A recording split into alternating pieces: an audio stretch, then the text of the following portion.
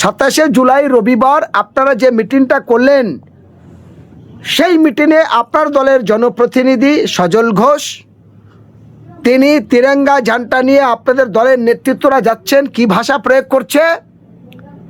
মুসলমান সালে কো গুলি মারো, কি বলছে?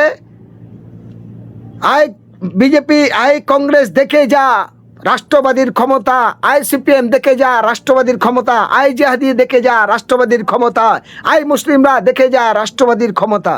তার মানে আপনাদের কথা, আপনাদের ব্যবহারের মধ্যে পরিষ্কার বোঝা যাচ্ছে যে আপনারা রাষ্ট্রীয় সন্ত্রাসবাদী।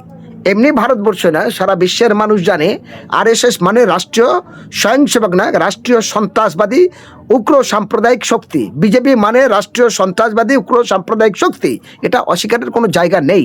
আই এম চ্যালেঞ্জ করে বলছি মুখ্যমন্ত্রীকে এবং প্রধানমন্ত্রীকে বলছি, বিজেপি আরএসএসের নেতাদের উদ্দেশ্যে বলছি।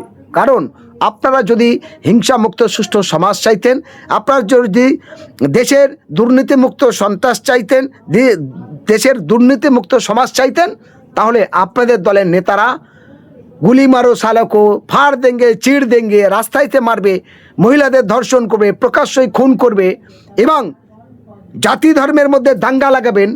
আমার বাংলা সহ ভারতে ইংরেজদের তাড়ানোর জন্য হিন্দু, মুসলিম, দলিত, আদিবাসী, শিখ, ইসাই সকলে টন টন রক্ত দিয়ে অনেক জীবনের বিনিময়ে তবে দেশ স্বাধীন হয়েছে।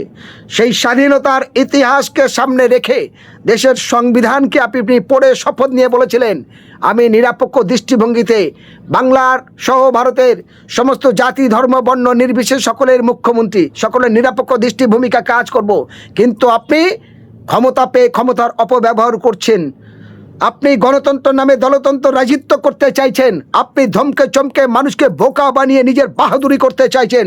আপনার এই বাহাদুরি বাংলার মানুষ মানবে না। আপনার এই বাহাদুরি ভারতবর্ষের মানুষ, গণতন্ত্র প্রিয় মানুষ মানবে না।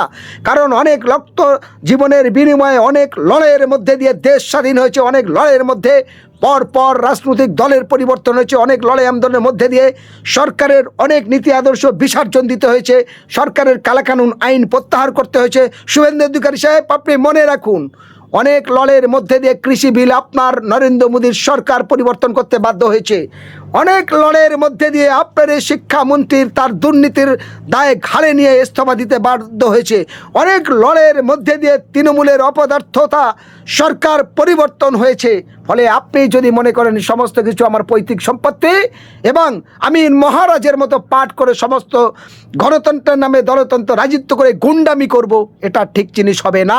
বাংলার মানুষ মেনে নেবে না।